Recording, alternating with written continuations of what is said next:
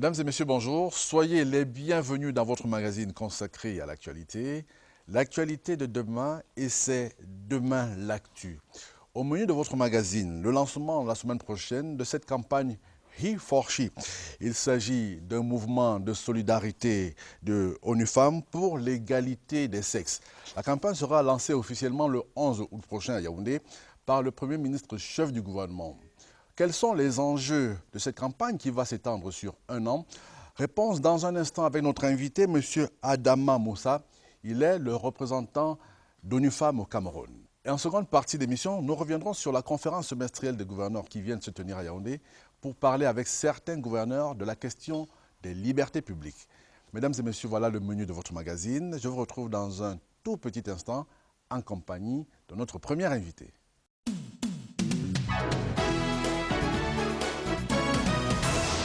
Bonjour Adama Moussa.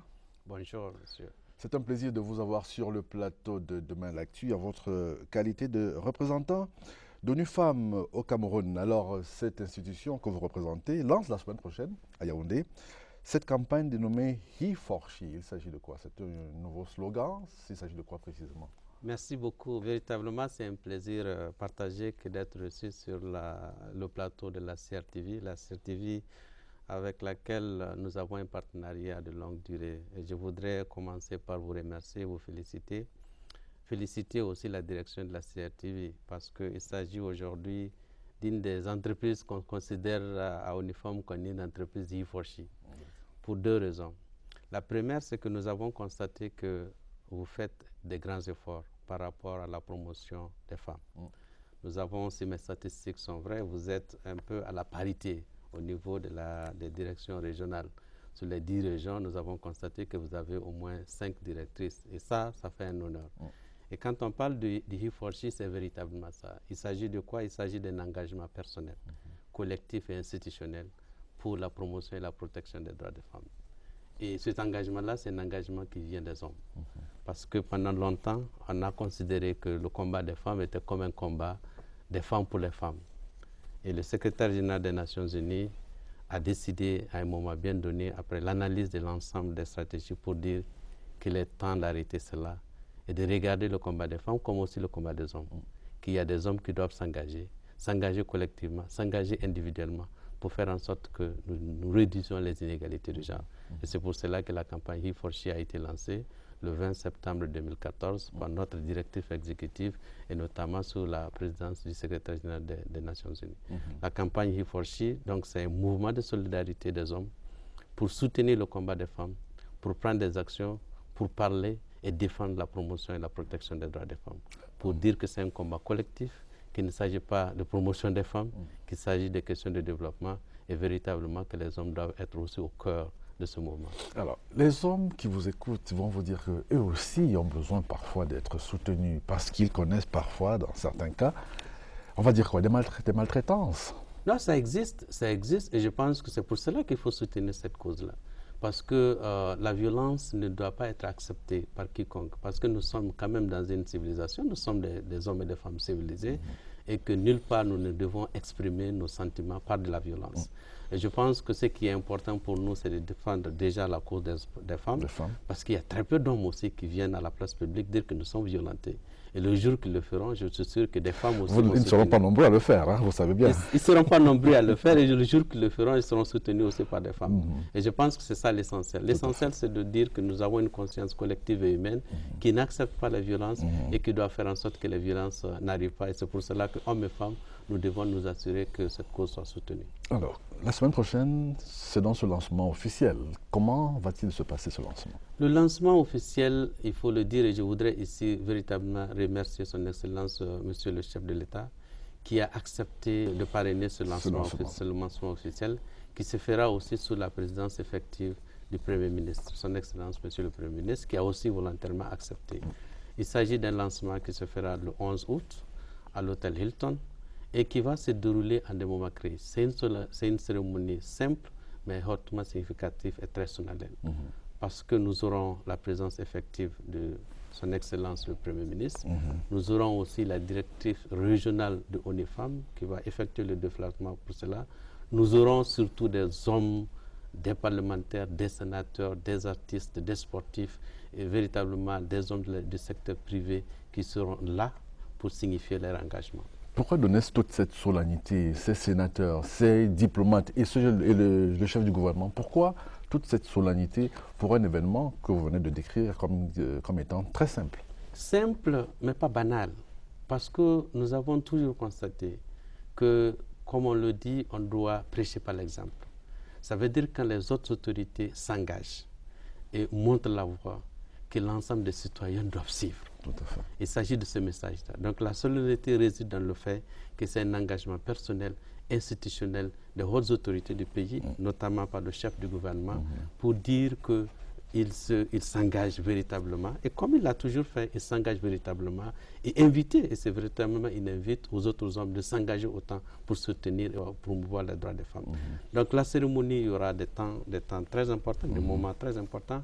Un moment, ce serait le discours inaugural. On aura un discours véritablement inaugural qui sera donné par une personne de ressources aussi de haute facture. Il y aura le mot de la directrice régionale pour signifier et remercier le gouvernement du Cameroun pour tous les efforts qui ont été faits. Je pense qu'on aura le temps de venir là-dessus. Il y aura surtout l'engagement du Premier ministre qui va s'engager solennellement et aussi il y a une phase de décoration où ONIFAM officiellement désignera son Excellence, Monsieur le Premier ministre, comme le He4She pour cette campagne. Alors, concrètement pour vous, Monsieur Adama Moussa, s'engager à soutenir les femmes, aujourd'hui, concrètement, il s'agit de quoi? Il s'agit simplement d'abord de dénoncer, de ne pas accepter. Ne pas accepter quoi? Ne pas accepter les inégalités de genre. Je prends juste un exemple banal. Quand un père de famille dit « je ne veux pas donner ma fille à un mariage parce qu'un mariage précoce, parce qu'elle n'a pas l'âge d'aller dans un mariage. » C'est déjà un engagement. Quand vous dites « je veux m'engager à ce que ma fille poursuive ses études de manière à ce qu'elle ne soit pas tombée dans des grossesses précoces », c'est un engagement. Quand vous dites par exemple dans la rue « je n'accepte pas qu'une fille soit violentée », c'est un engagement. Il s'agit de ce type d'engagement. Mais de tels engagements, ici à Yaoundé, on les entend presque tout le temps. Ailleurs, c'est peut-être là-bas qu'il faudrait les prendre. Oui, c'est pour cela qu'il faut les prendre. Il faut non pas seulement les entendre, mais les suivre. Et quel a été l'impact qui a été fait. Et c'est ce qui va faire la particularité de la campagne au Cameroun. C'est qu'au-delà simplement des engagements, nous avons décidé de faire une campagne sur le long de l'année, même pas simplement cliquer, etc., je m'engage, sur le long de l'année, mais aussi aller aux communautés. Nous avons décidé, par exemple, de décentraliser la campagne de manière à ce que cette campagne va se dérouler au niveau des 10 régions et aller cibler, vous imaginez, les leaders d'opinion, les leaders traditionnels, les universitaires, les collectivités territoriales, tous les hommes qui sont au niveau de sphères de prise de décision et qui peuvent faire de l'impact. Et c'est ça qui va être important. Nous allons suivre, nous allons l'évaluer. Et c'est pour cela aussi que nous invitons la presse. Et je pense que la presse a un rôle capital à jouer pour dire est-ce que les engagements qui ont été pris ont été respectés et quel est l'impact que cela a donné. Et je pense que c'est pour cela que nous disons toujours que cette campagne, elle est unique au Cameroun et véritablement le Cameroun fera une différence dans le cadre de ce mouvement mondial. Alors, cette campagne, elle va durer combien de temps? La campagne, comme je l'ai dit, au plan global, a été lancée le 20 septembre 2014. Oui. Mais au niveau du Cameroun, c'est la semaine prochaine. La semaine prochaine. Juste pour vous dire, quand il a été lancé, nous avons une cible au niveau de ONIFAM pour faire en sorte que 3 milliards d'hommes, en partant sur le site www.he4she.org, s'engagent. Nous sommes maintenant à plus d'un milliard. Et si je vous donne les statistiques au niveau du Cameroun, certainement que vous n'avez pas voté, nous sommes à 300. 300 hommes qui se sont engagés. Peut-être parce qu'ils n'ont pas encore connaissance de la campagne. Et c'est pour cela que nous avons dit au Cameroun, nous avons des hommes qui soutiennent les femmes au quotidien. Et le lancement officiel va se faire en août 2016. Et la campagne va durer jusqu'en août prochain. Donc le temps d'une année. Donc de 2016 à 2017, nous allons continuer à faire cette campagne. Donc la durée, c'est une année de campagne soutenue avec des activités qui se feront au niveau local, au niveau décentralisé, au niveau régional et surtout avec un accompagnement soutenu de la presse pour voir exactement ce qui a été fait. Ok. Est-ce que, puisqu'on est dans la campagne, on va dire la campagne de communication, est-ce que vous avez prévu des spots,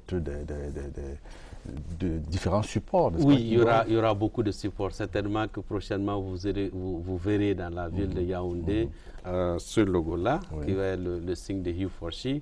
Vous aurez des messages, il y a des spots qui vont passer. Donc, il y a véritablement toute une stratégie de campagne qui a été mise. Mais surtout la proximité. Parce que, comme je le dis, il s'agit réellement d'aller aux hommes qui sont dans des sphères de prise de décision, qui sont au niveau des collectivités, qui sont au niveau des chefferies traditionnelles pour discuter.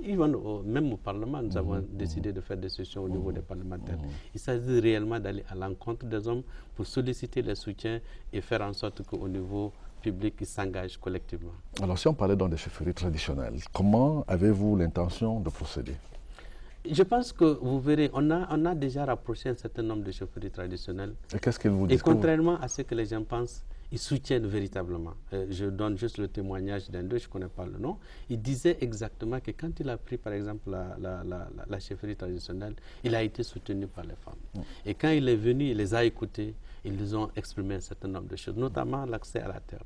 Et volontairement, il a décidé de les donner un certain nombre d'espace. Voilà le type d'engagement et voilà un certain nombre de gens qui sont des He4She, qui n'ont pas attendu une loi, qui ont simplement compris et parlé de leur cœur et qui ont compris qu'il y a une nécessité d'agir à ce niveau-là. L'action la plus immédiate pour lui, la plus facile, c'était de donner la terre et c'est hautement stratégique et important pour les femmes qui en ont bénéficié. Ça, c'est un engagement et je pense que ce monsieur-là, c'est un He4She et c'est un leader traditionnel. Alors, vous disiez tout à l'heure que, et c'était vrai que je n'avais pas encore pris cet engagement parce que je ne savais pas comment faire pour être He4She et comment faire pour prendre l'engagement. Pour prendre l'engagement, déjà, il y a le site.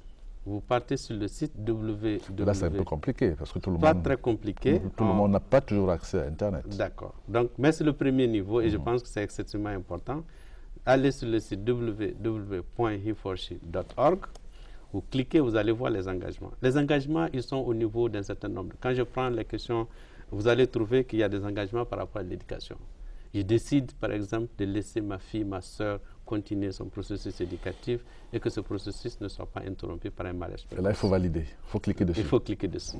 Je décide, par exemple, que la lutte contre les violences ne doit pas être quelque chose d'acceptable. Je n'accepte pas. Je clique dessus. Je décide, par exemple, que les femmes ont besoin d'opportunités économiques. Elles ont besoin de ressources pour se développer. Je clique dessus. Je décide, par exemple, de soutenir cette cause-là et je clique dessus. Donc, vous cliquez dessus, vous allez voir, vous êtes le 30, on parlait de 300, on avait 322, 323e qui s'engage pour défendre cette cause-là. Mais il ne faut pas se limiter là. Okay. Il faut maintenant, ce qu'il faut, comme on le dit, il faut maintenant mettre en œuvre. Et là, vous allez vérifier comment? On ne va pas vérifier, mais je pense que c'est un engagement personnel. C'est vous qui le faites et que vous dites vous vous engagez. Et je ne pense pas que quand on s'engage, on s'engage pour quelqu'un.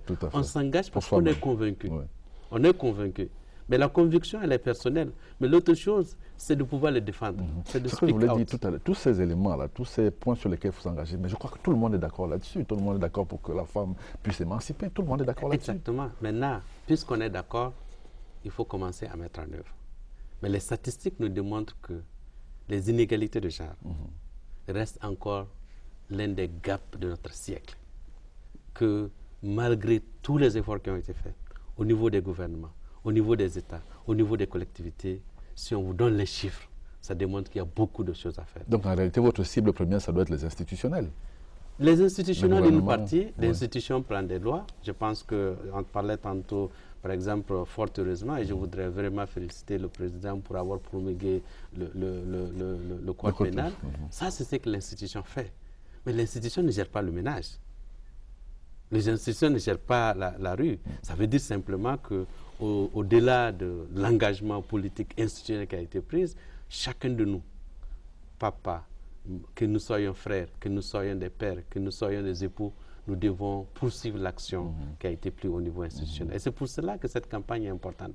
C'est que à la fois qu'elle vise cette campagne, à la fois qu'elle vise les autorités, elle parle aussi à l'homme simple lambda qui a aussi quelque chose à faire par rapport à cela. C'est une responsabilité collective qui commence d'abord par un engagement individuel.